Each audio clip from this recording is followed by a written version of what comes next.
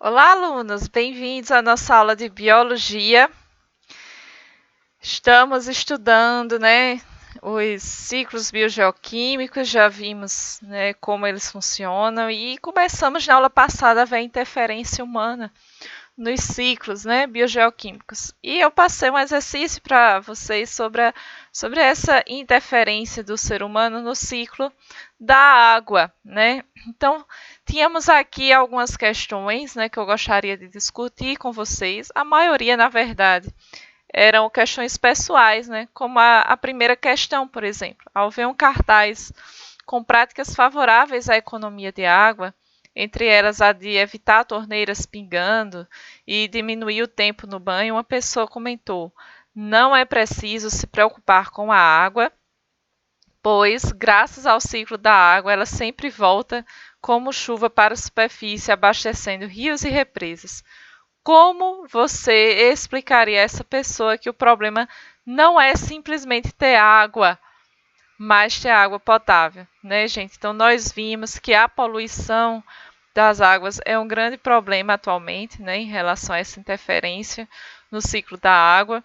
Então, claro que é importante, sim, não só a economia da água que nós utilizamos na nossa casa ou na indústria, mas também a questão de não poluir esta água, A água poluída vai, ser um veículo, na transmissão de doenças para os seres humanos e também vão provocar o que? A mortalidade de peixes, que nós consumimos, ou a contaminação, desses peixes com metais pesados, por exemplo, E aí nós estamos consumindo esses peixes que estão contaminados e, claro, a contaminação passa para nós, seres humanos. Então, inúmeras coisas que vocês poderiam falar aqui nessa questão 1, tá?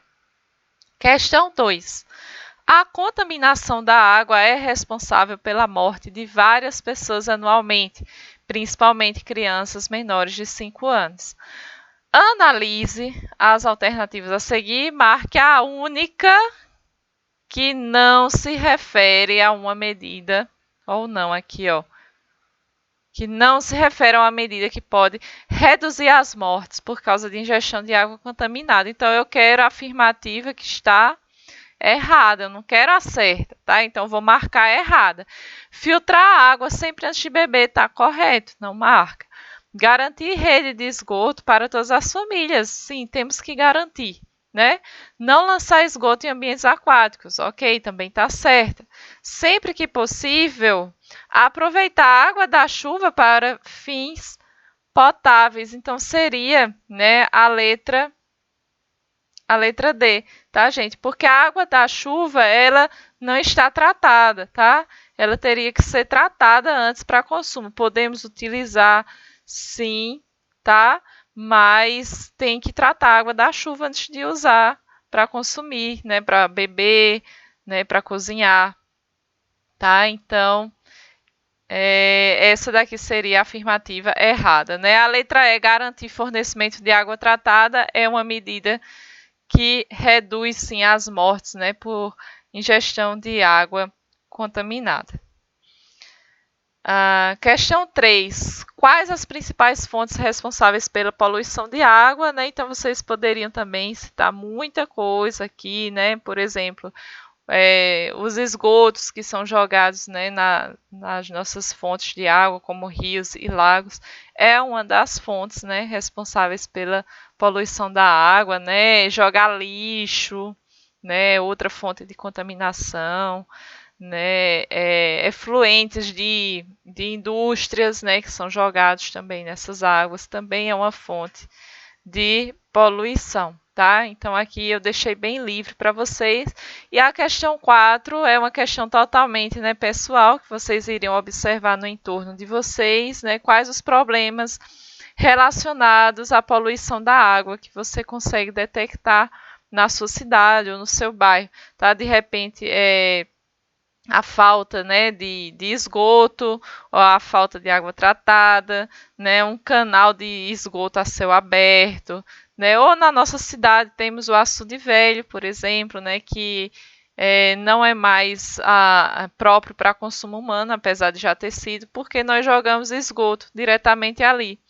E na letra B vocês iam apontar as consequências dessa poluição. Por exemplo, se você tem um esgoto a céu aberto no seu bairro, né, isso pode ser uma fonte de doenças para as pessoas que moram ali naquele entorno, ou da mortalidade, né, de peixes de algum lago que está contaminado, né, como às vezes acontece, né, aqui no nosso açude, aqui na cidade.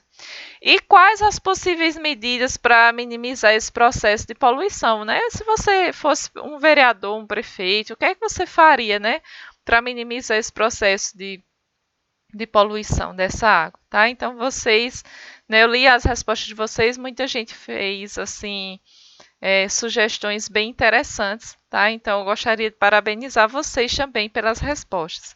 E hoje nós vamos discutir rapidamente, nossa aula de hoje é bem curta, tá? Sobre a interferência humana no ciclo do oxigênio, que está diretamente relacionado com a diminuição da camada de ozônio. Primeiro, o que é esse ozônio, né? O oxigênio que nós respiramos, já vimos que ele é o O2, né? Duas moléculas de oxigênio ligadas entre si. O ozônio corresponde a 3 moléculas, né, de oxigênio, tá? E esta camada de ozônio, né, dessa molécula, né, de ozônio, ela fica localizada na região específica da nossa atmosfera, que é a chamada estratosfera, né, que fica aqui entre 15 e 50 quilômetros de altitude. Então, aqui está localizada a camada de ozônio. Tá? E esta camada de ozônio ela vai funcionar como um grande filtro solar para o nosso planeta. Olha que legal. Né? Então, ela vai filtrar os raios ultravioletas que vêm do Sol. Tá? Basicamente, os raios do tipo UVC e UVB são filtrados pela camada de ozônio. Esses raios ultravioletas eles são altamente prejudiciais para todos os seres vivos que vivem aqui no planeta, né? Porque os raios ultravioletas são potentes agentes mutagênicos, tá? Cancerígenos. Tá? É o responsável pelo câncer de pele, por exemplo, que nós temos hoje, tá? Então, esta camada de ozônio ela está localizada aqui na estratosfera e funciona, então, né, como um filtro dos raios ultravioletas, né? Desde a década de 70, foi-se notado, então, que esta camada de ozônio ela vem diminuindo ao longo dos anos, formando o que nós chamamos de buraco na camada de ozônio, tá? Formando um buraco. E esse buraco na camada de ozônio foi causado por quê? Né? Porque, né, com o advento da nossa indústria, né, a ampliação da nossa indústria, nós começamos, né, a produzir alguns produtos, né, como, por exemplo, o CFC, né, que tem cloro, né, um gás que tem cloro na sua estrutura, né?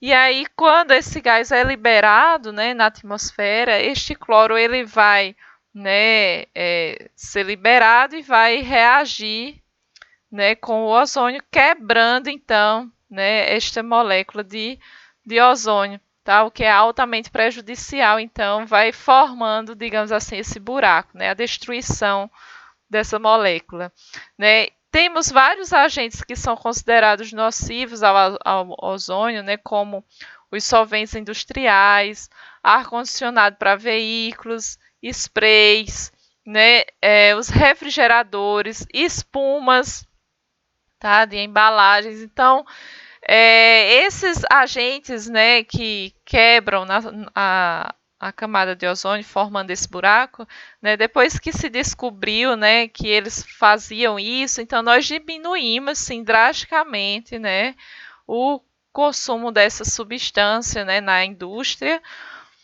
Porém, né, essa substância ela pode ficar na atmosfera por 80, 100 anos e agindo ali. Então, é prejudicial por vários anos, né? Mesmo que a gente interrompa o seu uso, né, a gente não conseguiu perceber uma diminuição considerável dessa camada, desse buraco na camada de ozônio, que é o que nós vemos aqui, olha, imagens, tá, de satélite, mostrando então, né, como que está esse buraco na camada de ozônio, né, na década de 80 era bem pequeno, né, em 87 já tinha aumentado muito, e mesmo com a interrupção do uso desses gases, nós não conseguimos ver uma diminuição muito significativa ainda, né, nesse buraco da camada de ozônio, tá?